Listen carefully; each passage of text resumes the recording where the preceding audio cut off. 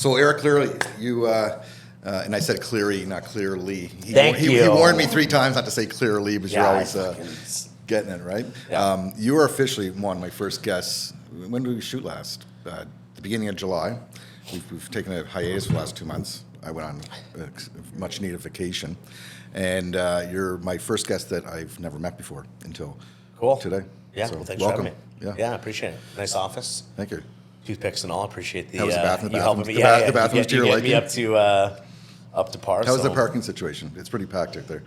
Yeah, and then before we started this podcast, we were just shooting the stuff about vehicles. So I think I'm probably sticking out like 3-4 feet because I got that truck. Mine always does. And I'm looking next to like all these cars that are like 6 feet long, and it's awkward driving. But other than that, it's good. Yeah, so, nice. Parking lot's fine.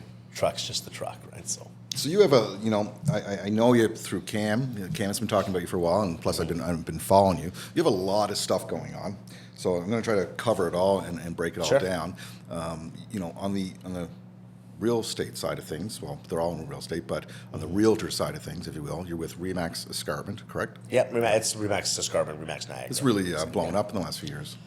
Yeah, we were in Vegas. Been there twice now for R4, which is a huge Remax event, and our broker of record, Conrad, we won some pretty cool awards. Fastest growing in North America, most new agents. What's changed there for the company? Because it really seems to, the last few years, really. Yeah, and you know what? As much as I'm probably not the best person to ask, because I'm not overly involved in the brokerage scene, and I've got the agents I stay in touch with. Obviously, my admin staff deal with their admin staff on a more regular basis, but I think they've just put a focus on the agents, and I know it's a big, broad, sort of basic, generic term to say, but or way to say it, anyways. I think there's just been there's this acceleration of these newer brokerages. Obviously, some of them worked out well, and some didn't. So I think people, to an extent, I can't put words in everyone's mouth, maybe felt comfortable to go back to a brand that was so recognized. Mm-hmm. But I think there's one of the biggest teams and some of the top agents are at Remax in our area, and it's a brand that everyone knows. For me, I love Remax. Got nothing bad to say about them at all. I've never put in a major focus on where you hang your hat per se. I feel a lot of it is certainly, you need the support, but I feel like a lot of it is obviously what you're willing to do. Yeah, for sure. You stay organized, and I know you own a brokerage, so don't say that in any sort of way. That's, I know. You're working for people you like, that care about you, and have systems and processes in place is important. And obviously, I'm an employer as well, so I understand the importance of it. But and how long have you been in the business on the realtor side of things? So July 2019. Yeah. Oh, so fairly new. Yeah. I've been interesting time to come into it. Yeah. I've been a top agent since day one, which is cool. Obviously, we built I have a partner as well. We built a successful company that sort of feeds our real estate business, right? And sort of morphed us into these investment-focused realtors that essentially, not to sound overly important, but we're real estate asset managers. That's honestly what I would sort of classify myself as. So I think your different focuses are working together. Sure. So I think it's referred to as the investment team, and that's you and your partner. Correct, yeah. And then on the property management side, you create a company called Orange List. Correct. So tell me how they work together and how they benefit one another. So yeah, I'll give you, I won't bore you, but I'll give you a little background. So I graduated. Bore me. Okay. Excuse me. So I went to Brock University for 5 years. I have an honors degree, and in my last semester, I worked at TELUS as a part-time sales rep for 3.5 years. And in my last semester, I met my business partner, who's Brian, and I overheard him reject a BlackBerry warranty. So I kind of interjected myself into the conversation, did some quick math, and said, "Hey, it's $7 a month. It's $84 a year. It's $168. Phone's worth $500." Anyways, I sold him the warranty, and he hasn't bought warranties in forever. Sent him an email the next morning, and he said, "Hey, he was a realtor at the time. He was doing some leasing for clients, no real management. He had a couple people he did some extra things for, but so anyways, I started leasing houses in between classes and in between, working at TELUS and whatnot, and I started cold calling people as well on Kijiji. Sort of found the sort of terrible ads and targeted them, and this sort of leasing." Business turned into a full service management company. So, from obviously rent collection to sort of just overall asset management, from inspections to maintenance to everything. And and then it turned into let's sell the investments. We know what works well and what doesn't. We know what tenants want and what they don't want. So everything started to sort of systematically just fall into place. And I feel like, I read a lot of books. I listen to a lot of audiobooks. I try to spend about an hour a day ingesting information. And the cool thing is we naturally sort of spent 3-4 years really building our business up till we're 7 figures. And then I got my real estate license. So like Orange Justice 2014, 2015, real estate's 2019, construction sort of 2020, 2021. So I feel like we build the foundation, get comfortable, understand So you're it. focused on the property management side of it first. Yeah, Okay. yeah, and I wanted to be an agent from day one, right? I really did. I was the leasing property management guy with a small business, and the guys that I thought were kind of impressive and cool were the agents. And my partner was certainly someone I can thank for keeping me focused and putting the ego aside and the other things that I sort of wanted and thought were the right moves. And when it's time I got my license, we had staff. Like we'd scaled enough that I could comfortably focus on something else, right? And the quality and the service that we provided people was unaffected. Nice. That's great. So are we talking like single units, like investors buying single units, homes, condos, or are we talking multi-unit buildings? Everything. Everything. Yeah, I wouldn't say I'm not a commercial expert. I'm familiar. I have some pretty big leases with companies like Canadian Tire and Dollar Tree. So I've coordinated Domino's. I'm familiar with the process, the 5 to 10 year leasehold improvement. But would I feel comfortable right now if you told me you had $10 million to go out and find some of the best commercial opportunities? Like I'd probably consult. But when it comes to multi-residential, whether you're converting to from commercial to mixed res and commercial, whether it's from commercial to res, whether it's single family to triplex, fourplex, that stuff I specialize in, and I would say I'm an expert for sure. And working closely with the other professionals in our industry that we need, right? Like I have a really good mortgage broker that Johnson, and I think you met him, right? So that's Again, met him on Instagram. Just okay. So following him, and Cam's been talking about him. But cool. So that's my mortgage broker. So good buddy of mine as well, and he is somebody that will help me even in the areas where I know the information and I'm familiar with the parameters. Will help, I guess, dial in on some of those points. So if we're doing a building, for say, we buy a 20-unit building. We clean up half of it, we refinance, pull the money up to clean up the other half. Mm-hmm. So just being able to educate people or somebody might not buy, an investor might not look at that deal because they're like, well, I don't have $2 million to update the whole building. We don't have to. No. You have $1 million, let's do half. Refinance it, let's do the other half. Mm-hmm. Right? So just being able to give people solutions. I mean, you're in the business, you understand. So for me, I obviously I think there's a huge difference between a real estate agent and an investment focused real estate agent. And it's the sad part is I get the other end of it because I own a property management company, the biggest one in Niagara. So I get tons of calls every day, every week. And these people use realtors that they were at their weddings and that their son plays soccer with the dad. For sure. They have no idea what the bylaws are in Thorold if you're an agent in Burlington, right? So not to knock real estate agents. I know there's a lot of really good ones out there, and I got a ton of respect. You can't for them, be an expert in everything, right? It's just like, man, like just refer them to somebody that knows what they're doing, right? Like, so that part, obviously I'm here to make money and help and serve people and all these good things. I truly am. But a lot of my drive as I get older is to try to, if I can save 5 people from wasting their money a year, a month, a week, whatever it is, like that's what I'm trying to do these days, and why I'm doing podcasts and is just the amount of people that make poor decisions, and it sets them so far back. One bad real estate investment sets you back years. For sure. How many units would you have under management as a company? Almost 1,100. That's amazing in that short amount of time, and that's since 2019. No, so Orange Justice 2015, we started it. Okay. So still, it didn't really become a company until 2017, let's say. That's not true, maybe 2016. But we scaled fast. We did what our competition wasn't, right? And I was kind of telling you, I saved it before we got on the podcast because I know you want to chat. And I'm like, let's save all this good stuff for when we're shooting.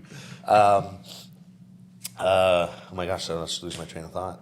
2015, 2019, up to 1,100 units. Oh my Scale God, that what the heck fast. was I going to say? It's a sign of my lack of sleep from last night. Yeah, no worries. No, Yeah, no my worries. bad, sorry. So tell me, I'm a potential investor. I want to pick up a multi-unit property. What do you guys take care of? I think you're even getting into the conversions and the GCN of things. Am I correct? Yeah, absolutely. So walk me through that essentially, process. Yeah, so from acquisition to stabilization, we handle everything. So you come to me, you're a busy guy. You have a family? Yep. Cool. So you got a family, you got kids, this whole thing going on.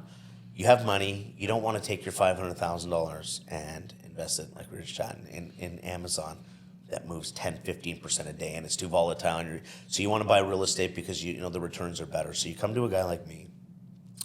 I will source you an investment that works and will perform the way that I say it will perform. Not like I'm a perfect analytical human being that's going to have every numeric value on 100% correct, but I'll give you returns based on cash flow from the rents, based on your principal recapture, which is just simply taking the interest out of the payment, what's getting paid down on the principal from the tenant's rent that they're paying every month, and then use a responsible sort of number that we can rely on in terms of appreciation, and not so much historically speaking. In Niagara it's like 4%. I'm not sure what it is in the GTA, but just give people numbers that it's not numbers to get them all excited, have them make this huge financial decision and it not To be disappointed. yeah, right? Like I'm very conservative with how I do it too, right? I run it on the worst case scenarios. I'm not perfect, I've made mistakes, but I've learned along the way. So from that point we find them a house, I run the numbers, now I bring in my architects, I do the drawings, then I have contractors that come in, we do the work, and then Orangeus, which is the company that I co-founded, comes in and we do all the leasing and advertising and management. So it's really a one-stop shop. And the reason I got into all these other things, people ask me and they say, well, man, you must be making money everywhere. And yeah, obviously when you do a good job for people, you get paid. But it was the problem that I was relying on other people. And the problem with this business, and I think a lot of businesses, is when you rely on outside, and I do rely on outside people, but it's like an exclusive relationship, is whatever you sit and promise the client that day, it's a little out of your control, right? If you're passing the client off to go out and negotiate their own trades and do their own construction project, how do you know that the budget's going to be what you said it was going to be? Yeah. You know what I mean? How do you know the timeline? Because if timeline's not met, rents aren't coming in, now the numbers change again. So for me, I wanted to have that meeting, present those numbers, and be able to follow through on that. And that was the way that I was able to do it was, and I've tried to create my own construction business. That's a nightmare. So now I work with guys that kind of exclusively work for me, and I keep them busy. And they don't have to go sell themselves to jobs. Like I bring them to a job. I know their pricing's going to be So good. you're keeping a crew busy enough per year? 50 guys basis? around the clock, yeah. That's amazing. Yeah, That's we great. do about... So how many units would that be per year? How many conversions would you guys be So doing? I did this year probably 45 conversions. That's incredible. But I mean hundreds of It's a jobs. huge undertaking. 50 guys, that's a huge undertaking. Well, 3 crews, yeah. So one crew has 15, Yeah. one crew's got 20, yeah. So, and again, it's just, and I've learned. I've had guys. We did this podcast 2 years ago that I thought I'd work together forever with. And unfortunately, business is nasty, man, and people get greedy. People get too comfortable. Yeah. And those are all sort of qualities I try not to emulate in my business. And I'm guilty, right? I get a little bit lazy because I got 25 deals closing and all this stuff coming in. And it's like, I don't want to get up at 8 and go to the, so I'm not perfect. But I certainly try to correct myself as quick as possible when I feel like I'm getting into that. Yeah. It's not about like not enjoying life and getting, but Complacent, I just feel yeah. being comfortable is just not a quality I want to ever have. So and people can break that down in 100 ways. I mean comfortable where I don't feel like I'm challenging myself. No, I don't exactly. feel like I'm really pushing. I got 2 kids, right? I want to be able to look at my kids How old and are say the kids? 5 and 4. 5 and 4. Yeah, and I want to be like, like I'm pushing them in school, or I'm pushing them in their passions and sports and all these things. And I want to know that like I can look at them and it's not do as I say, not as I do. It's here's what I'm saying and here's what I do, right? So I come from I have people in my family that did the don't drink and they're drinking all the time. It's like so I I want to do things a little bit differently. So that's part of the reason I feel that way. Tell me about the property management company. I'm really interested in the property management side of things. Yeah. I think that last year I tried to buy a company over in London, in the UK, and Cool. and it was a amazing learning experience that I went through. But I got to learn a lot about the market over there and this industry and how it works. And property management is just part of every brokerage. You know, Yeah. every realtor over there is doing some form of property management, and all the brokerages have it as a big part of their business. And the company I was working with, I think, property management made up about 25% of their revenue, which was Wow, and very. this would be a company of what, 100 agents, 200 agents, thousands? 700. It was a Okay, big so company. sizable. Wow. Yep. But tell me about the property management company, because again, I just don't think enough people focus on it here. It's not a sexy business, right? And I'm the first. I've done a lot of podcasts with tons of individuals, big companies, and I say the same thing. It's I don't want to over sort of emulate or highlight the fact that it's personal. It's where people live, so it's harder than it. Like, I think any successful business is difficult. And I want everyone to know that. I think if you build a successful company that employs people, it's a tough thing to do it very well. But property management, it's that little added layer, I think, that a lot of other businesses don't have. And even as agents, you get a sense of it. You're dealing with emotions and all these sort of things. Property management is difficult because you have tenants and the demographics are just so far and few between. As an agent, you might work with certain people on a regular basis. Doesn't mean they're all the same, but if you sell $1 million homes, you're dealing with people that buy $1 million homes, right? Whereas rentals, I just rented a house with some very successful people from Nevada. They own $1 million homes, and they rented a $2.5 million lakefront house that overlooks my marina where my boat's at, and then I rent a student bedroom or an entry level basement apartment. So it's a very wide range of sort of personalities and demographics that you deal with. So it is certainly challenging. I feel like any successful business, it's systems and processes and Is it human heavy? Is it body heavy? yeah, it's we do multiple millions of dollars in revenue now, and I would still say from a numbers, our numbers are actually very good, but I would still say we're a little top heavy, but it doesn't feel that way. Okay. So looking at it on paper, it looks a bit bureaucratic and bloated, if you ask me. But in reality, the fluctuations are rampant, right? Like you'll just, obviously we're exposed to seasonal things like other businesses, but being, making sure water taps are turned off so they don't freeze, and organizing snow removal and salt and all the different, sort of seasonal things that come about. But I just, it's very, to be a great property management company,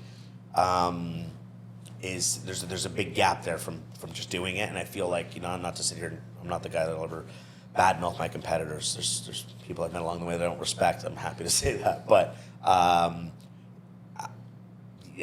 you've got to implement technology. You got to implement. I don't know. You have to hire more people. I know a little bit about the business. At one time, before I was in this business, I was managing 18 properties, most of which were my own. Yeah, so you know it. But I ran them as executive rental, so I have a little bit of knowledge about it. And just that little bit of knowledge, I would think that you'd have to be extremely efficient and system oriented with running a property management business.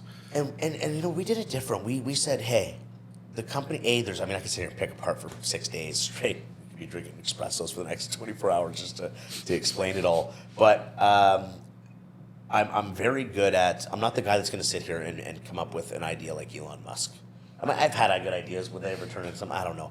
I'm the guy that put me in a box, show me the parameters. Not a box, that sounds horrible, but you know what I mean. Show me the parameters of something, and I'll make it better.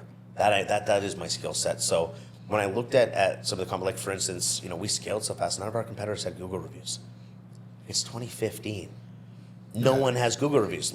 Me and Bryan, let's do Google reviews. I give Bryan more credit than I take for that, but let's do Google reviews. Put a focus on that. Now we're the only company. Now, of course, our competitors all do it. None of our competitors was using any sort of real contemporary modern technology to facilitate payments and stuff like that. I'm like, there's such a gap. Like I knew there was a gap because I could tell from the sales end of things, being what's online. Like these people need help. Yeah. They've got like 4 photos sideways with an iPhone with dust all over. Like these people don't know how to rent their houses. So I knew there was a need. But then when you see the businesses that support those needs, that's where I think any entrepreneur watching this that's thinking about something, make sure there's a need for it, and then who's there to fill that need. And if you're not impressed, impress somebody, right? If you're passionate or not about it, maybe you're in a position where you just want to start making money, and maybe it is your passion, whatever it may be. Like that, those are I think 2 very easy ways to identify that there's a need for whatever it is you're trying to do. So we quickly were able to see that. I don't see how this is an arrogant, cocky dink and someone trying to come across as, but there was no one, right? There's companies that have been doing this for 35, 40 years, man. We're 3 times their size. It's wild. So it's wild. So yeah. Tell me about the dynamics with you and your partner. He's in Florida, so we have an office in Florida now. So he's living there full time? Yeah, he just got his E2 visa. Okay, great. Yeah, so I believe I'm getting mine now through him. You drew the short straw, and I've separated. Good. We're great friends. We get along. I just booked a trip for us to go to Nevada. Good. As a family. So we're still a family. We're just a different one. But I can't go live in Florida for. Yeah. Right. She makes jokes like we would go together and all that, but I like it here. I really do. I mean, I'm from New Brunswick, so this is still kind of new. Oh, nice. I'm from Cape Breton. Oh, great. Awesome. That's when we get along. Yeah, East Coast blood flowing through us. So, yeah, we met. Very different people, but ethically and morally very similar. Mm-hmm. He was the guy that got married at 20. Yes, he just had his 6th child. Very religious. We're very different. Not sounds like I have 2 kids. I'm a huge family guy. Like I have my kids 3 days a week, and I do very little work-wise. I have 2, and man, six is a lot of kids. Yeah, but anyways, so we just complement each other in all the right ways. That's great. Right? And when we fight, man, we fight. Is there a clear division between what you focus on and what he focuses on? Yeah, like not to knock him. I love him. I really do. But I sort of run in a lot of ways the Canadian operations on my own. And I don't say that to knock him. He's done tons of things for the business, and he still today brings in a lot of things. But he allows me, I'm here, like I'm in it. It's just easier. You're here. And, he's communicating with the staff and my managers every day. But I feel like he just, I get to come up with the marketing ideas. I get to try to pursue, and we he does his thing and I do my thing, and it really does sort of work well. It's been our dynamic. I mean. So he's in Sarasota? Correct. And so what are you guys doing in Sarasota? So we opened Oranges, Florida. Okay. So we're partners on that as well. And same sort of thing. Obviously, there's extra layers to it. There's a lot of HOAs, homeowners associations, and stuff that's not as relevant here in Canada. So we're adapting. We just had to do a hurricane prep for Ian. So that was new. We're putting plywood up in our owners' windows. So, again, way more competitive there than here. But way more opportunity. Everything's more competitive down there. You know what I mean? So, think if Canada this year we had a big, but last year I believe the immigration numbers were 400,000 or 500,000. Like they had 450,000 new people in 2021 in a single state, right? You got a population that's I think roughly 55%. 60% of Canada's 22 million people. I think that would be the math. Yeah. So from a quantitative analysis perspective, in real estate specifically, it's sort of a dream, right? You got numbers and high immigration both internationally and domestically. So same thing. We're focusing we like the resale townhomes right now because they're like 260, 300, and they rent for 22, 23, 2,400 a month, and the lineup is down like that. It's insane. Like it's now it's softening. Last 3 months, if you pay attention to the Florida real estate market, it's softened for sure. Are things still carrying down there? If you buy an investment property down there now, are things still carrying? Yeah. Like if you get like at that 260, your cash flow was anywhere from sort of $200 to $500 US a month. Now it's sort of maybe 100 break even, but it carries itself to answer your question. Are you bringing opportunities from there to your client base here? Not to scale, No. but yes, Okay. that is the plan. Brian had a bunch of legal stuff going on. We just got his E2. He's getting his real estate license, so it's not full force ahead. And I don't mind saying this. Me and Brian work on two very different clocks. So I'm up, going like, let's do this yesterday. He's a lot more I don't know, casual, I guess is the word. And what brought him to Florida? Was it the business, or did he want to live in Florida? Beliefs, what was going on here Yeah. with COVID and everything. And again, we don't see eye to eye on all that either. Yeah, like I said, he's got his convictions, and I mean, he loves Florida. Let's be honest; It's a nice place to live. But I think for it's a more free state. Obviously, he's passionately a conservative. As am I, but I'm a little bit more. He's pulling for to the middle, he's right? pulling for DeSantis, 2024. Yeah, like he's like Trump DeSantis, right? And hey, I don't hate either of them, but are they my first choices? I think the most powerful country in the world can produce some better candidates, in my opinion. But Agreed. So it sounds like your partner's been a bit of has helped guide you into this business and the way you guys met. But there's any other mentors in your life that you rely on? He's helped me a lot personally, for sure. I can never give him a lot of credit. He's done more for me, I think, personally than professionally, for sure. I think I would have helped him professionally, and he would help me personally. Would be a good way to really describe our sort of relationship. Mentors, you know what? I got a ton of respect for my dad. He pushed me to go to university. I never would have did that. And I don't think the degree on my wall, my honors degree in, international relations and all this stuff makes me smart, but it definitely made me, it elevated my intuition, made me want to know what's going on in the world. And now I have a pretty sizable stock portfolio, and I have a real estate portfolio, and I have a decent little crypto portfolio building, and all these things. I'm starting an online FBA store that I've been working on 8 hours, a night for the last week. Those things, I think university gave me the tools to want to know what's going on and to push boundaries a little bit. Because for me, I was never an academic student. I had a 77 average in high school, and I actually finished university with a 77 average, same grade. So not a brilliant guy when it comes to, analytical sort of, writing papers and studying for exams. And, obviously I can put things together, and I have a brain, but it's just not, I'd rather be out trying things. It's funny. I can't remember where I heard this. It might have been actually Denzel Washington. It might have been a quote or a statement that he made. I don't want to screw this up and say this wrong, but he's saying, I'm giving him credit, but I'm not sure if it was him, saying that employers, when they're interviewing people and they see their degree, they don't care about the degree. They don't care what it was in. They're not looking to see necessarily what school they went to. And obviously there's professions that they do. Sure. But in general, they just want to know that you commit to something for 3 to 4 years. Yeah. And you showed up to class every day, and you 100%. ended up getting that certificate, that diploma to say that you did it for the last 3 to 4 years. 100%, man. Totally agree. And then it goes back to I think it's Kevin O'Leary says, the C students build businesses. Yeah. The B and A students work for those businesses. Yeah. Right? And the problem is we know this joke about engineers. Like, they're smart guys. But do you think an engineer has the sort of genetic makeup or profile to be an entrepreneur? Like, everything is so calculated and analytical. You have to, you own a business, you have to take risks. Yeah. And I'm the first guy, do you think I sat there and knew exactly what department was bringing in what revenue so I could justify? No. It's going to, some decisions you make, and maybe this makes me sound dumb to some people, but you jump in.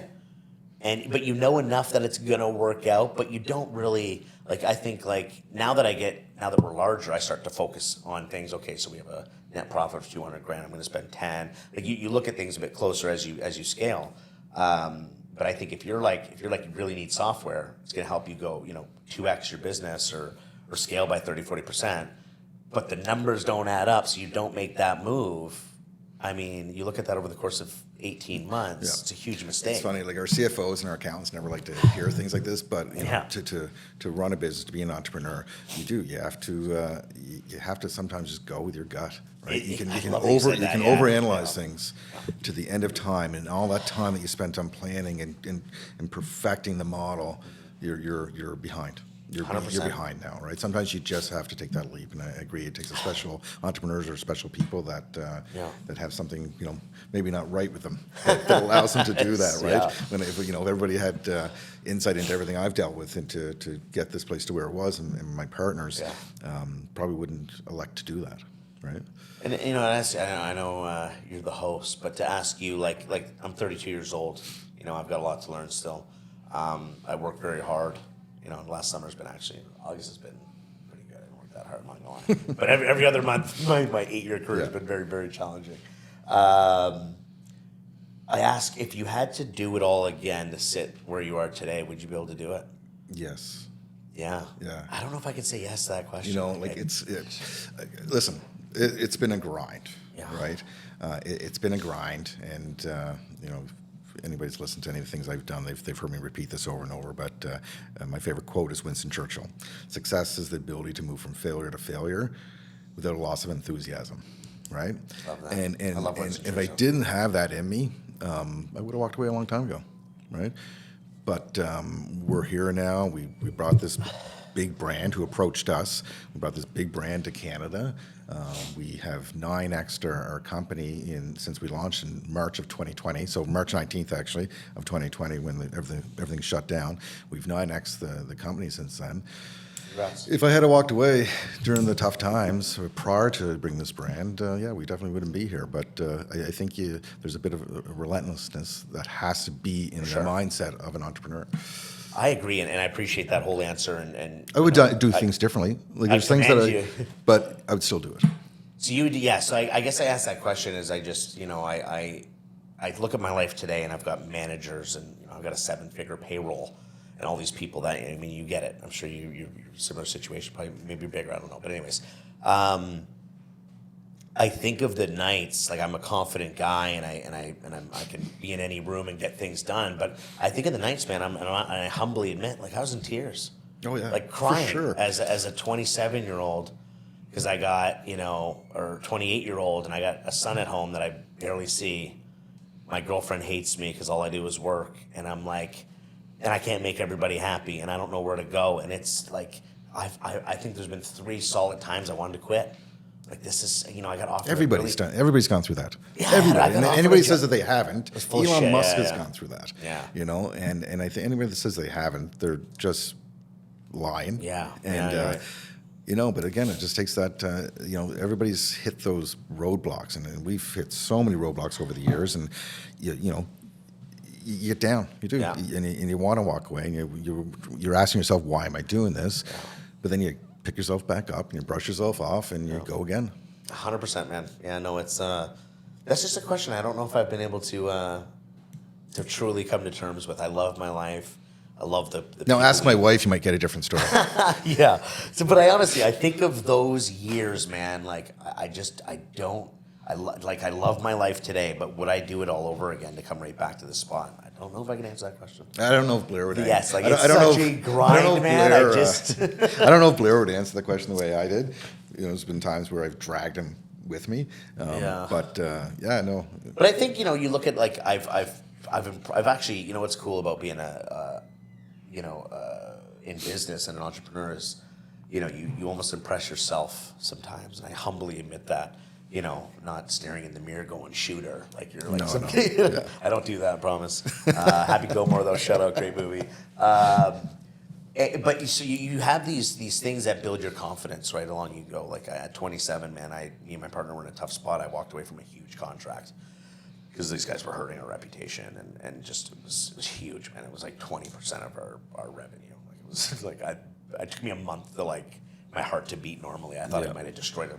But you make those things, and then you see the residuals and how positive they are.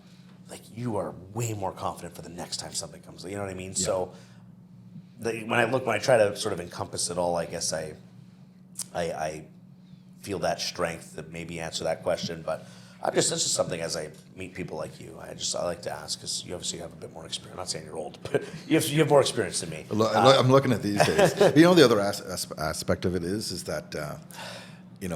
When you build something up like we both have, you have staff, right? Sure. You have managers and directors, and you have Yeah. the frontline staff, and a big part of it is that you don't want to let them down. Like they're reliant on you. They're reliant on you every Thursday, every second Thursday for that check to be there, right? Yeah. So you have to, you have to be there for them. So you have to brush yourself off. And you're 100%, just man. letting way too many people down. I've felt that pressure, Yeah. and I think at times maybe I would have leaned towards your opinion. I don't know if I would keep going, or I might have walked away if I didn't have that pressure, right? I can relate to that. I'm really glad you. There needs to be a focus on your staff because as much as you and I can tap each other on the back, nothing happens without them.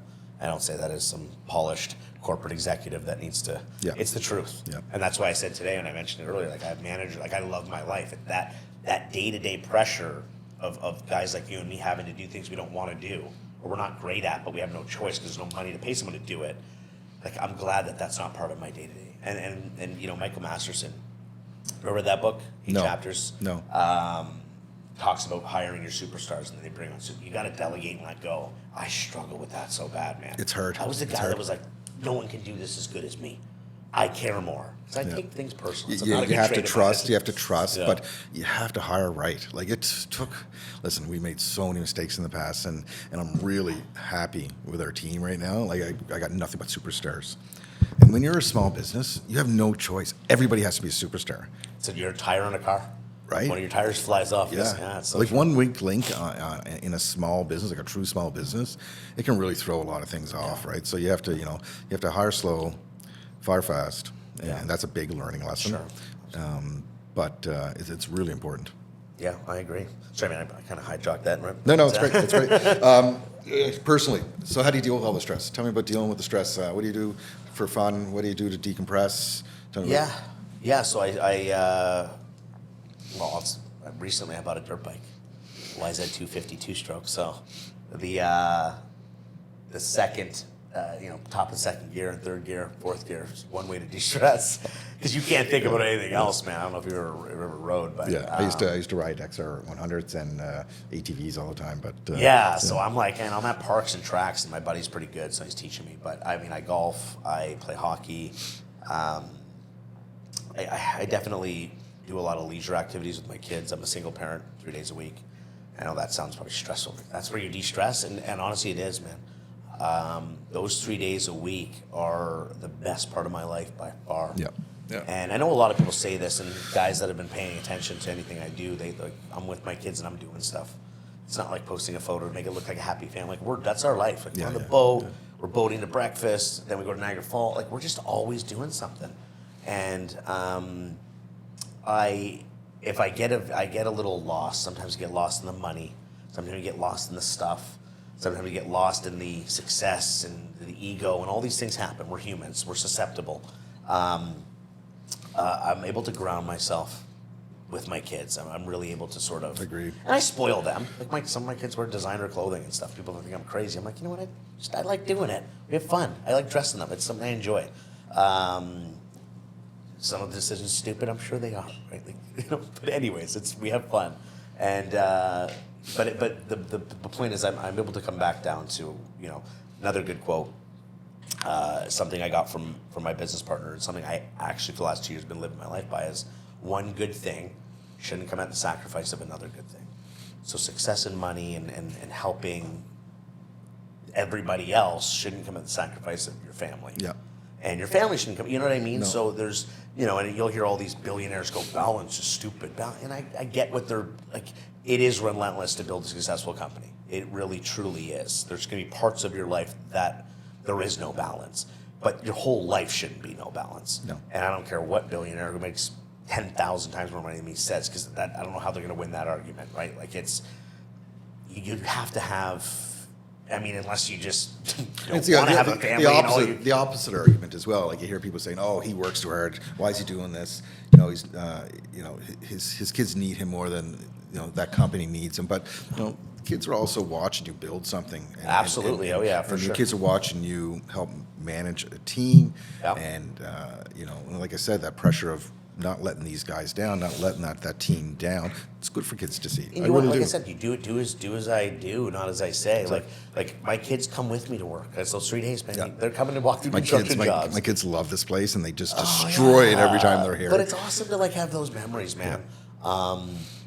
I'm not an overly emotional guy, but when it comes to my kids, I'm very emotional, and so it's nice to feel that part, and I'm thankful I'm not very emotional. I do say that with confidence because being an entrepreneur is such a roller coaster. So if I woke up and had to decide what my day was going to look like because I felt a certain way, not to knock anybody that's super emotional, I'm not trying to sound like a dink, but I'm just like, this is what I got to do today. You know, I know Andrew Tate, I know he's a bit of a douche in some ways, but I like a lot of shit he says, so I'll be honest about that.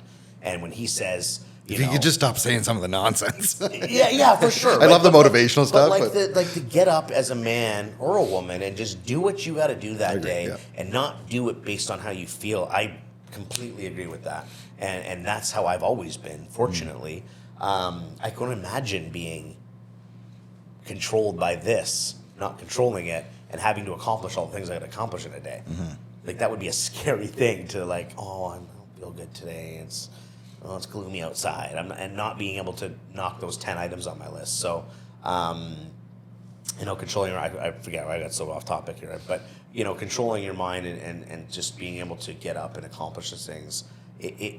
That relentlessness will pay off. Yeah. Right. I really believe that. And no matter what segment of the economy, what product, what service, I feel, if you're willing to make it better and you're willing to just do what nobody else is willing to do, you'll find success somewhere along the way.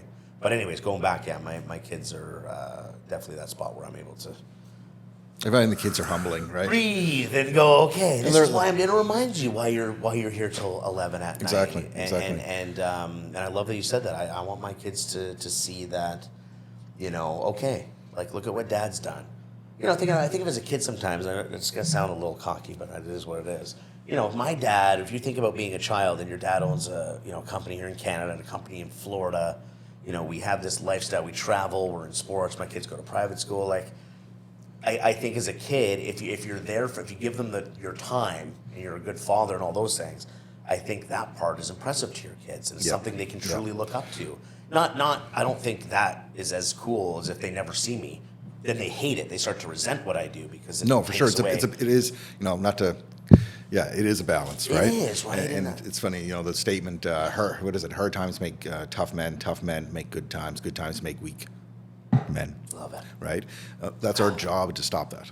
Yeah, right? 100%. It's about, you want to be good to your kids, but it's also about making sure that they understand what you've done and the value of this work. And challenging. It's sad, man.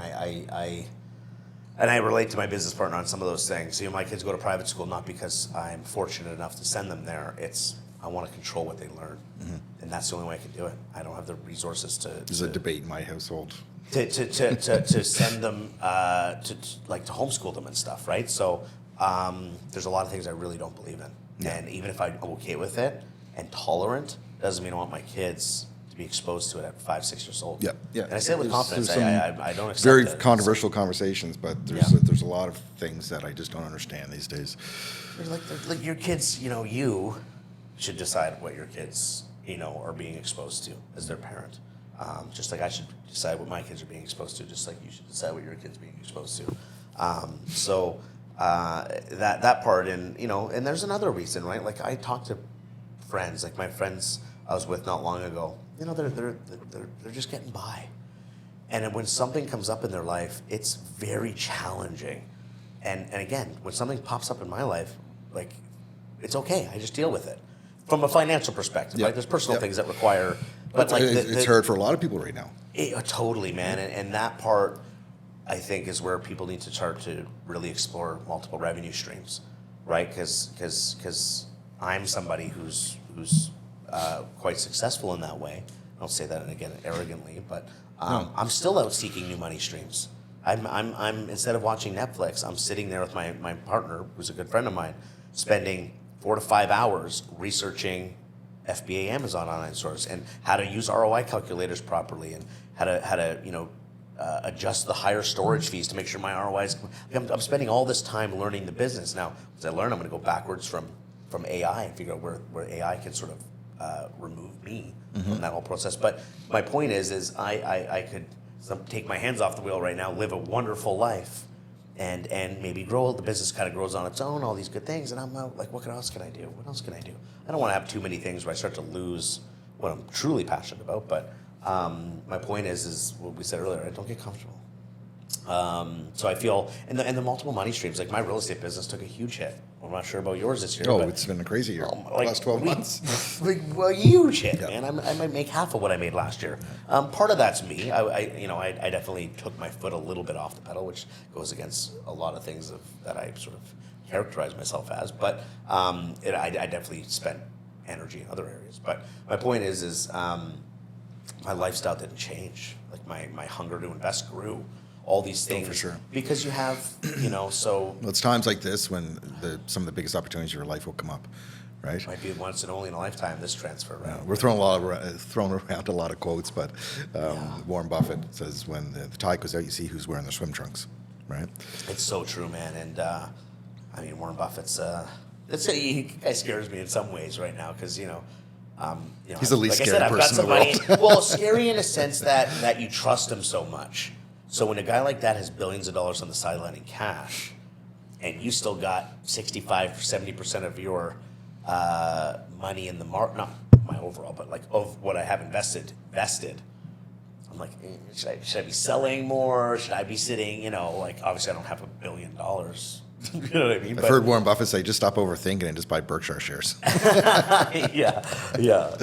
So, the failure, it's something. So I drive a Mercedes. I told you I got in an accident. And an hour later, I was on the phone with my kid's mother. And she's like, you sound fine. I was talking about the rest of my day.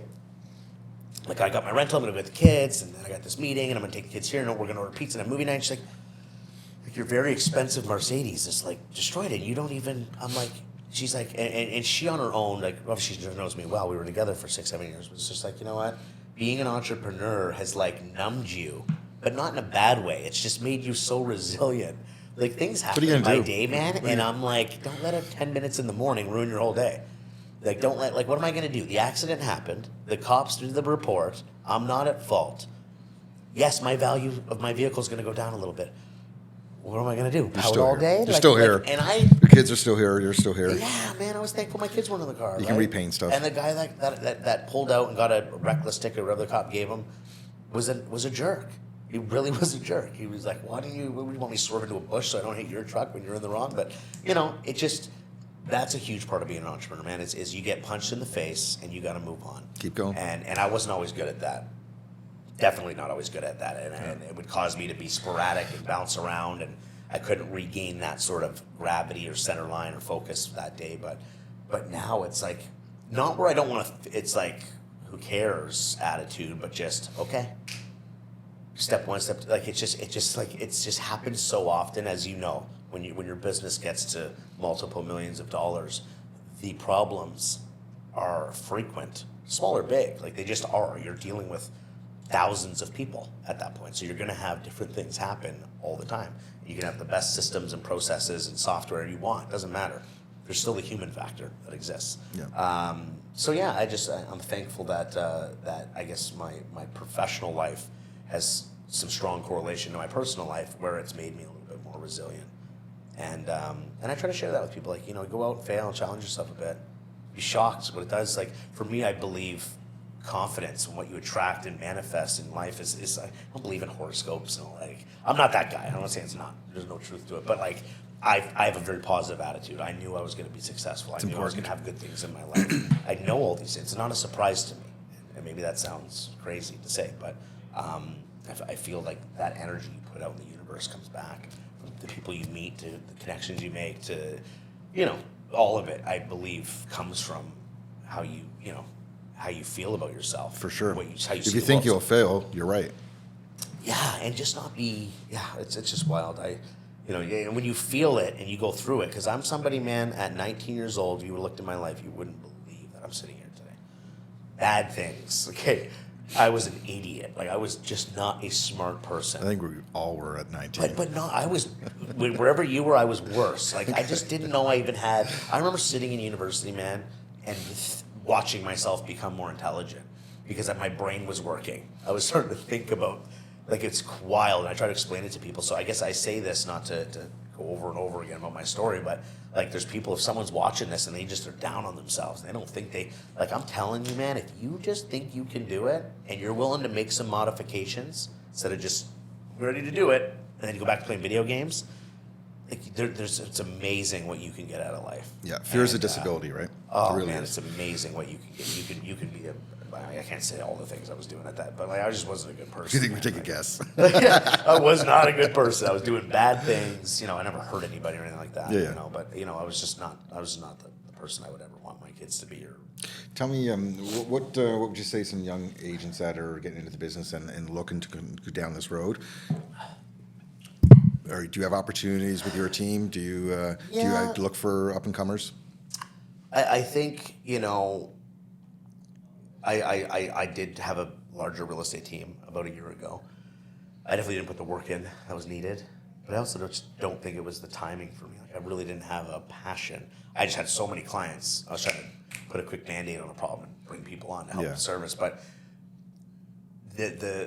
I guess the beautiful thing is we have our own niche and we're branded that way, as you can see. But the challenging part is it requires a lot different training. Yeah. And I'm not saying being an agent is easy. Which you had to be ready for as a team lead, right? You really absolutely. I wasn't. So yeah, there's definitely room to expand. I'm going to be very, I guess, selective and creative, I guess, the way I do it next time when I am ready. Right now I got my full-time assistant and slash admin and one agent. And, I got 8 or 9 listings signed already that are all going up. A couple tomorrow. Like it's going to be a busy next few months. My agent's busy as well, which is good. New agent advice, find somebody, what's another thing, and hope maybe you're the same, not hopefully, but maybe you're the same. I can put all the agents I truly respect, really look up to, that think are like on one hand. I don't have, like you hear people talk about this guy and this guy and this team and that girl and this and this and that. It's okay to be a positive person who's, but you're really like, I don't know. I feel like you got to find a few, in my opinion, that have done something, whether it's a mix of personal. I definitely take the personal thing. If you're a guy making $10 million and you don't know what your kids look like, no. I don't. What's the point? I think you're a loser. Personally, I truly do. That's just how I feel. But if you're someone who can balance and mix it and be a juggernaut, and there might be days and weeks you see your kids less. I'm not saying like certain schedule. There's no schedule. It's a bit of a sacrifice, yeah. But you find some people that hit some points that really matter to you, professionally, personally, in my opinion, and try to spend some time. People that are very successful will make an effort, and it's not like people think that they don't have time. They don't have, but like I think. It's never the other way around. The people that are running their mouths and gossiping, those are people chirping about people doing better than them. Mm-hmm. It's never the guys that are doing well or gals chirping about the people doing worse. No, truly successful leaders want to help. They do. 100%. They want to help young people, and they want to see people succeed. Right? 100%. They're always successful. They're not envious of anybody else. So tap into that. Yeah. My point is to tap into that. Spend some time. Ask, because I would be shocked if somebody that you respect in that way and look up to as a potential mentor wouldn't make a little bit of time, right? Like there's I try to get back. I'm very active on social media, not so much in comments, but a lot of DMs and stuff like that. And I do my best to just have a conversation. There's clients I've been talking. Sometimes it gets out of hand. It's like, hey man, we've been chatting for a couple of years. You keep using your sister's friend as an agent. Like, I want to help you, man, but like, there's never an opportunity for us to, because you have to ask. You have. Too many people are scared to ask for business. Yeah. You have to teeter, but like I guess agent to agent. You respect the answer, but you have to ask. Yeah, and the other thing too is I would get when I started getting on camera, and it's like do I want to tell everybody about how I built a successful company? I want to keep my secret. No, share it. But guess what? You can give it to 1,000 people. There might be one that'll even implement half of what you did. Yeah. No, it's true. It's not how it works. No. You think you give everyone the secrets. It's not. You're not putting together a Coca-Cola formula, or it's a mixture, and they can go and and it's ingredients that you can buy. Like this is processes and systems that you have to all put together, and We keep our portal open. And We coordinate, yeah. have a portal for our agents, and my business partner Blair, he's a creative genius on the system side of things. Sure. He's used every CRM that exists, and he's trial and errored them all before we decided on what we went with. But What did you guys go with? You know, we're with Chime, so it's your website. okay. Your website development, all your social media advertising, everything's in one. Your CRM, it's all in one system, right? So, I'll let you finish if you've got a thought to finish, but I do have a question for you. yeah. But now I forget where I was going. Oh, but anyways, so Blair's been working on this support site. We've had it from the Blue Elephant days. Yeah. There's even Blue Elephant stuff still in there, deep in the trenches Yeah. of it. But we leave it open. Yeah. We don't care if people see it. You're not going to recreate it. It's Like, there's true, no eh? way. He's put like 11 years into this, Yeah, I know. right? It's a little uncomfortable, but it's true. It's like people you can give it to. They just don't put those pieces together in the way that maybe you have. Right? Yeah. My question though is, KB Core. What are your thoughts? Well, I know nothing about it. That's a question for Blair. Okay. He would have studied it. But Berkshire Hathaway has just implemented it as their CRM. KB Core? Yeah. Yeah, Could Remax be, as well, Berkshire Corporate, that is. Yeah. But we don't use it. We have our own system here. Yeah. And we have a crazy adoption rate. Like, we have a 70% adoption rate of our systems, which is huge. Like, In-house? Yeah, in-house. Wow, good Most for you. brokerages have, like, not joking, like 12% adoption I'm rate. terrible, man. Like, if I told you my CRM's like, yeah, you would think I'm much smaller. But again, room for improvement. I know that, right? Like, you get comfortable, and I think there's a lot of agents that are making lots of money and doing deals. You know what we saw, like, just in keeping with what you just said, we just saw that agents weren't using it. They didn't adopt. So we just adopted it for them. So what we do here is we run their CRMs for them. So we take over their Chime, we build out their website, we build out their CRM, we build out their content. We 80% of their content, because you want them to put that personal twist on it, for that other 20%. But we just realized agents just don't want to do this stuff. So, and let them focus on what they do best, which is dealing with the clients, shaking hands and signing contracts. And we build all the content out for them. We run their CRM and run all their drip campaigns. Blair always jokes, and I've said this a few times, but one of our agents could pass away, and their clients would know for 6 to 12 months. Right? Wow. Yeah, so What are your agents? Just curious, what's the split then for a new agent coming to your brokerage? Is it vary? Is it? we can talk contracts after this if you want. Yeah, no, I'm curious. No, That's impressive. we're So not the most expensive. We're not the cheapest by far, but I think we're reasonable, especially for what we do.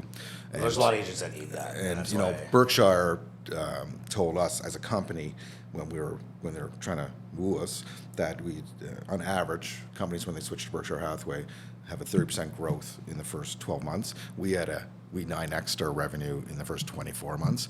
And on average with our agents, there's about it translates to what Berkshire said. Our agents, when they come over, have about a 30% growth in their business. Wow. We just And- take a and lot of now that. is that an agent, We like- just believe in taking the workload of the stuff. Like, you guys can't be content builders, and you're going to do what you're doing, put that twist on it. But we take care of 80% of that content. We run the drip campaigns. We build out the CRM for them, the website. Agents just can't be expected to be you're experts right. in all that stuff, Yeah. right? You look at the business that you're running. You're being pulled in a million directions.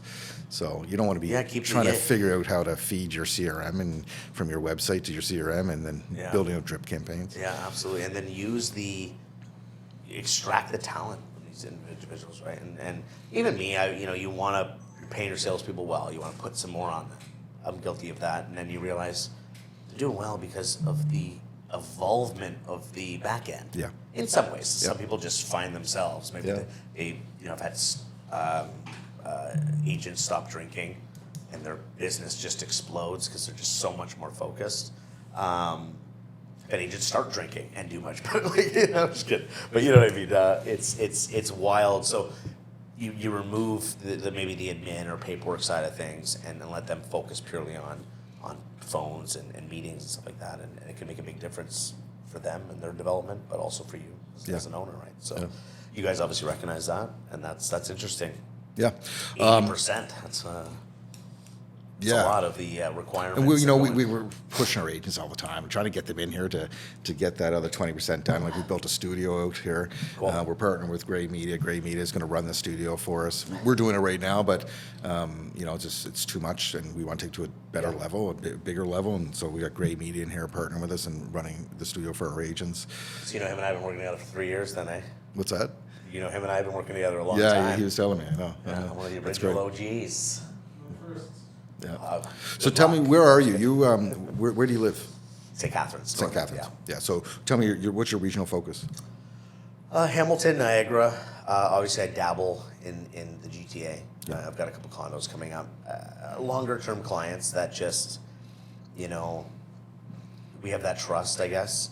I certainly am, you know, can humbly admit I may not be the absolute best selection, but again, I would never take something on that I couldn't, That you couldn't manage. adequately deal with, right? So, I've had other clients that I've done deals with them in Niagara, and then they go ahead and use other agents here, and it's bad. So I always end the podcast with 2 questions, and I don't know your scene out there at all, admittedly. So what is your 2 favorite areas of the Niagara region? Yeah, definitely Port Dalhousie. That's where my boat's at. It's about a 6-minute drive from Where's my Port house. Dalhousie? North End St. Catharines. Okay. So right south of, it's a 50-minute boat ride from there to Burlington to the beaches here. Nice. Because I take my kids there. It's a great ice cream and pizza and blah, blah, blah. But, Second favorite? second favorite area, I would say probably Niagara on the Lake. So, again, Niagara River, just the other side of New York. And beautiful, one of the, I think it's the second highest retirement community in Canada. It's only second to Victoria, BC. Mm-hmm. So, you know, you get a lot of nice architecture, more older, rustic. Like even the McDonald's looks different, the Tim Hortons. Yeah. You know, Yeah. so I appreciate It's that. quaint. You know, I was in Port Credit last night. Downtown was actually kind of cool. So I think places that stand out and have something a little bit unique is something that obviously matters to me. I think to most people, really.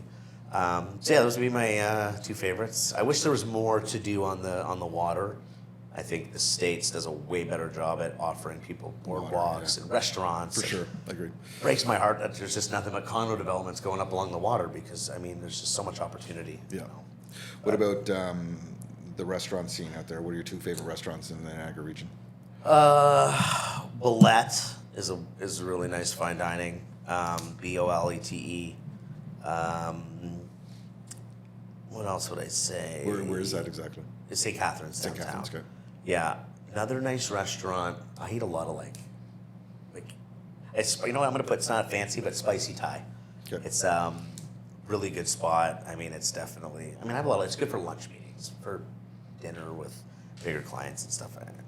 Have you been to Pearl Morset yet?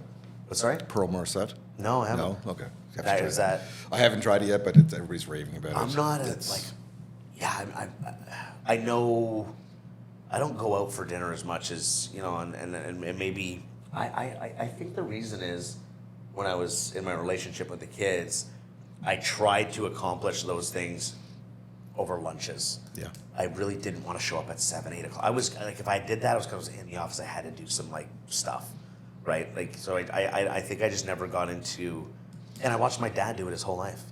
Be out with clients, drink. That was the way you got business done. Yeah, Napkins and booze. Napkins, right? booze, So, yeah. Again, we go out to eat. I think it's a lot of like pure and simple breakfast spots, and but yeah, I mean, I definitely haven't been to like every restaurant in Niagara on the Lake. You know what I did eat? I ate at Lahaina Grill though in Maui, Hawaii, which is the #1 fine dining restaurant in the United States really? from TripAdvisor. What's it called? Lahaina Grill. Nice. If you're ever there, and I was telling somebody, the only reason I'm bringing this up is because we're talking about. I've never been to Hawaii. Someone asked me last night. I had a Wagyu ravioli with like a white wine cream sauce, man, and to this day I can. It was Still one of the thinking best about it? things I've ever eaten, man. That's so, amazing. That's great. Anyone listening that just wants to open a restaurant, put that on your menu because. Lastly, where can people find you? What are your handles? Yeah, so my personal page is Cleary with 2 Y's. EC. I can spell my own name. ECLEARYY. My real estate page is at Investment Realtors. My team's called Investment Team, but that wasn't available. So at Investment Realtors. I just launched a podcast. So That's right. Down. Yeah, Yeah, so, you and Johnson, right? yeah. So it's called Masters of the Market Podcast. Love to have you as a guest. Absolutely. Obviously, Absolutely. you done something impressive here. So Thanks, appreciate appreciate your time, having me on the show. And, Appreciate you coming on, and you have a hopefully we covered some things that people enjoy. you have a tea time, so I'll let you get back to that F-150. Yeah, thanks, man. Appreciate it. Thanks. Ciao. Take care.